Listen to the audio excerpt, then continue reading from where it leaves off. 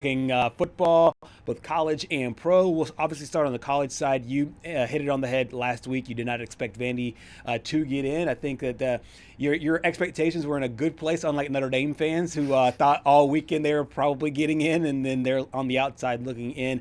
After the college football playoff bracket is out, I'm interested, given your longevity of covering this sport, how did it land for you when you saw those final 12 teams? Well, I didn't like it. Yeah, for sure. But it was going to be hard for everybody to like it because there's 15 playoff worthy teams this year. Mm-hmm. So somebody was getting let out. Now for me, my bottom line is I don't want a 3-loss team in there. Okay. If you don't want if you're worried about a third loss in the conference championship, don't play the conference championships anymore. Mm-hmm. Because you know what? You don't have to. They don't mean anything. Right. They don't mean you don't. You can say, well, the conference champions determine who gets the automatic bid. Well, then just give it to your regular season champion and give them the automatic bid. You're creating an extra game to make money. Okay. Mm-hmm. And for it, winning and losing to count for one team and not to count for another is ridiculous. Yeah. Okay. Yeah. And we saw that this weekend, and also we saw the committee. If you thought Miami was better than Notre Dame, just put them ahead of Notre Dame for the last month. Yes, yeah. But we knew what they were doing last week. When they moved Alabama ahead of Notre Dame. They're like, okay, well, this way we're going to protect Alabama if they lose. And then, then we can move Miami up to protect the ACC, past Notre Dame. Look, I just want the best 12 teams in. Yeah. Yeah. And I know there are people, especially in the Southeast, who do not like Notre Dame. You cannot convince me Notre Dame is not one of the 12 best teams in the country. They lost on the final possession of the first 2 games of the year against 2 playoff caliber teams. And if you asked who is the favorite now, Notre Dame or Miami, if they played, it would overwhelmingly be Notre Dame. Because here's the other thing. Those 2 losses were the first 2 weeks of the season. And this goes for everybody, okay? Mm-hmm. You're allowed to get better. Yes. Yeah. All right. You're allowed to get better. And yes, every game has to mean something, but you also have to consider how much better has this team gotten as the season has gone along. Right. And Miami losing badly to some not so great teams doesn't speak real well for them. And I just think Notre Dame is a better team than them, number one. Put in who you want for Alabama, because I don't think they should have been in with 3 losses. I'm sorry, especially when they lost by 3 touchdowns. The way they lost is, you can make an argument. Yeah. Well, you punished BYU for losing badly. Yeah, true. I mean because people are like, well, BYU wasn't in. Look, if BYU were 11-1, do you think they'd be in? It'd have to be, Probably right? So, yeah, absolutely. It'd have to be. Yeah. So you punish them. Mm-hmm. But you left them out of your top 12 because you needed to protect yourself in case they lost. This way you could say, well, the conference championship didn't really mean anything. They weren't in the top 12. They knew how to stack the deck to justify their cases, but their cases stink. But, look, like I said, somebody's going to be – I'm sure Texas is angry that they're left out. Yeah. But they lost 3 games. I'm sorry. Mm-hmm. I'm sorry. You Can't lost 3 games. BYU, you played 2 playoff caliber teams and you got smoked. It was the same team twice. And by the way, the team that beat you has a strength of schedule in the 50s. Yeah, right. Mm-hmm. So, which leads to do we really think Texas Tech deserves a first round bye? I personally do. Do you? Okay. I honestly think that team is constructed the same caliber as an SEC team. Like they could compete. They're in the the SEC. highest bankroll in college football. Oh, but they haven't beaten anybody. Yeah. Yeah, and the 2 teams they did, because obviously the Big 12 was very weak this year, but the 2 teams they did was the same team twice. Barring some miracle, they'll have Oregon, and I honestly think that they might beat Oregon by double digits. They might. I mean, look, that's the great thing about this is because like last year we went in and we were wondering if Ryan Day was going to get fired. Yeah. I mean, they had fans openly pulling for him to lose that game to Tennessee so that they could fire him. And, right. Right now, I would not be surprised if they ended up winning the whole thing. So I have a question here for you, and I know when we made when we expanded it to 12 teams, we wanted to get the best 12 teams in, Yeah. Do you think that you already know what I'm going to ask? Yeah. Do we have the best 12 teams? Well, do you think the group of 5 should always have a spot? It's difficult for me because I went to Southern Illinois, which is a 1AA school and a mid-major in college basketball, and I'll never forget my freshman year when we went 27-5 and we lost our conference championship and we got left out. Yeah. Because we lost the conference championship game at a host site final against the host. Some things stick with you. That sticks with me. And it's tough, as you've seen from Vanderbilt, to overcome perception, right? I mean, because you start outside the poll, you have to work your way in. As Vanderbilt found out, teams got punished more for losing to you than they did for losing to other teams. Right. Because the perception is you're not good and you can't compete. We had this perception about Boise State not too long ago, right? And they went and they just, who did they steamroll in the Fiesta Bowl? Oklahoma? Oklahoma, yeah. Yeah. And it turns out Boise State became a pretty good program. Gonzaga was a mid-major basketball program. Yeah. Butler was a mid-major basketball program who appeared in back-to-back finals. I don't mind giving them a seat at the table.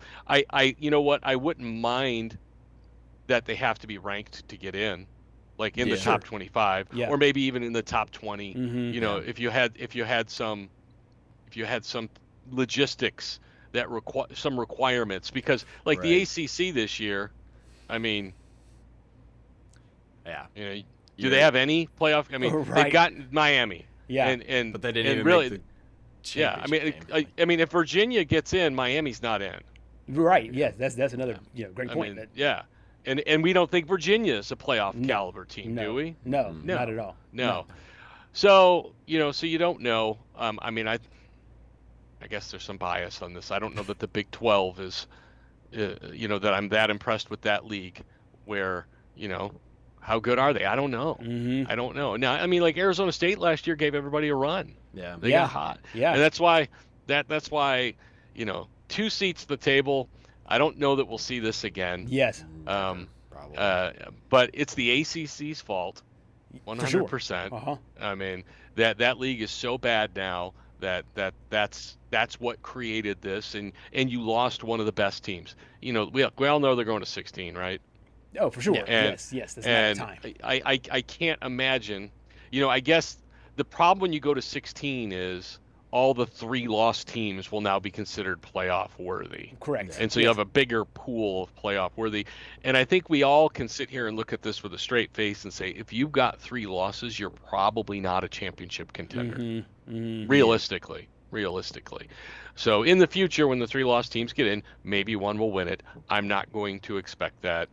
It's like, do we, the NCAA tournament adding the play-in games, how many of those play-in teams make a run to the Final Four?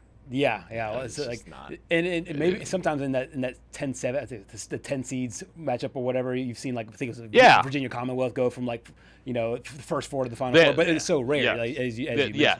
Yeah. But and that might be part of it. But it's going to be interesting. Right. No, you just don't ever see that. No. Exactly. No. Yeah. Let's stay close to home for you with the quarterback, QB1 of the Vanderbilt Commodores, Diego Pavia. He was the talk of the town, and now he's got a chance to go to the largest city in America and bring back probably the highest profile individual award in sports, the Heisman Trophy.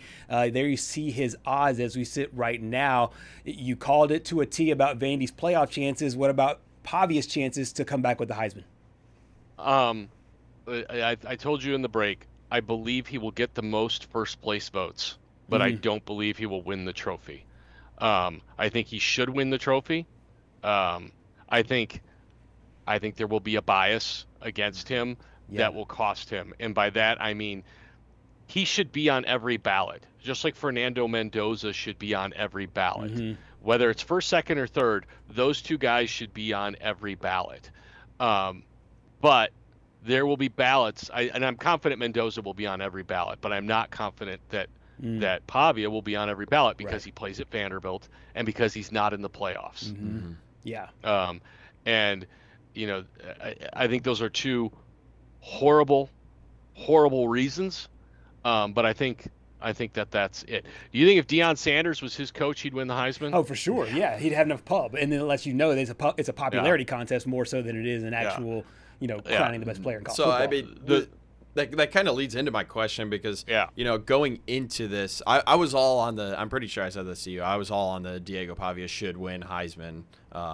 He should win the Heisman this year, and I think it's so funny that in college football, conference championships are still counted towards regular season play. It's just it's so funny to me. What were you gonna say? Well, we say they don't matter for the playoffs.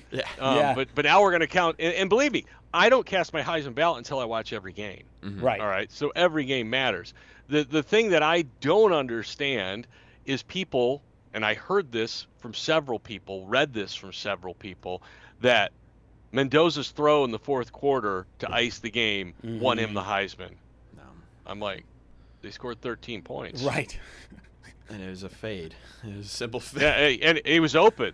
Right. He had a clean pocket. He was open, and you're a starting quarterback in the Big Ten. Make the throw, right? His two Heisman moments have been a simple fade route and his wide receiver bailing him out. Oh, yeah, the Penn State game. Penn State game. Yeah. He is absolutely worthy of being in New York, and he is absolutely worthy of voting for. But you can't tell me there's a better player in college football. You can't tell me there's a guy who did more for his team. You can't tell me that Fernando Mendoza would win 10 games at Vanderbilt. Right. Like Diego Pavia did this year. Yeah. And I'm pretty confident if Pavia was at Indiana, they'd be undefeated. So that's kind of where I'm at. So my question was going to be, you don't think that Julian Sayin or Fernando Mendoza played bad enough for Diego Pavia to jump him? Because that's the one thing I was watching the Big Ten Championship for was, okay, maybe if Mendoza and Sayin both have bad games, then Pavia could jump. I'm going to disagree with you on one aspect. He should have been the winner going into that game, and I don't believe either guy played well enough to surpass him. Okay, yeah. That makes sense. They scored a combined 23 points. Right. Guys, the Titans scored 31 yesterday. All right? So, I'm sorry. Is the world ending? That was that? Is the world ending? Yeah, it really is. I could go on and on about that one. The over-under on that game was 33. 33, yeah. and they combined to score 60. Right. And that's what makes the NFL the best sports league. Yeah. It really does. Yeah. Because it's that box of chocolates, man. You never know what you're going to get. Never know. Vandy's got another game against Iowa. I won't lie, I saw that matchup and I was like, it feels a little ho-hum, but you got a chance to meet up with one of the most iconic coaches in the sport as far as longevity goes, and Diego Pavia lining up against that defense. What do you make of the matchup? I think the the playoff committee loves that matchup. Oh, for sure. Because even, look, I expect Vandy to win, but what does Iowa do?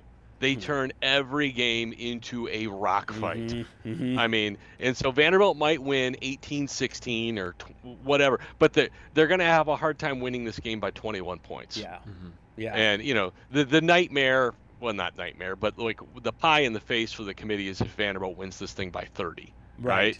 Yeah. And the committee, of course, just hoping and praying Iowa wins. No doubt. But yeah, and so it's a tough matchup because they could play defense, and let me say this: I went to Vanderbilt's press conference yesterday. Clark Lee was more gracious, humble, and accepting than any coach I've ever seen in that situation before. Yeah. I mean, I asked the first question out of the gate, did you think about doing what Notre Dame did and saying we're not going to play? And he was like, absolutely not. We want to play football around here. And the chance to spend 23 more days with these guys and play a 13th game for me is the gift of all gifts. And then he said, the most powerful thing he said, we are not victims in this process. We didn't do enough. We had our fate in our hands at Alabama, and maybe we put another touchdown on the board. We didn't do enough. We have to accept that we didn't do enough. Had we done more, And I think, that is really the big boy way to approach it. There are plenty of people to disagree with it for him, but if he wants to get his team ready to play the next game, that's what he needs to do. That's the mindset, and we got a chance to hear from Coach in that presser. I mean, it's an opportunity to go play well, but I want to stop short of, trying to prove people wrong. I think I see the game as a celebration. I want it to be about the group of guys that have come together and made for a historic and special season. And like I said, we get one more chance here together. I want to enjoy it. I want to be there for it. And it's important. Bowl games are fun, but they're more fun when you win. So this isn't going to be about how we and we're going to enjoy ourselves, but we need to keep mission focused here. And we talked about that today as a team, and I trust this group to do that. But we'll enjoy the moment. We won't make it about anything other than Vanderbilt football.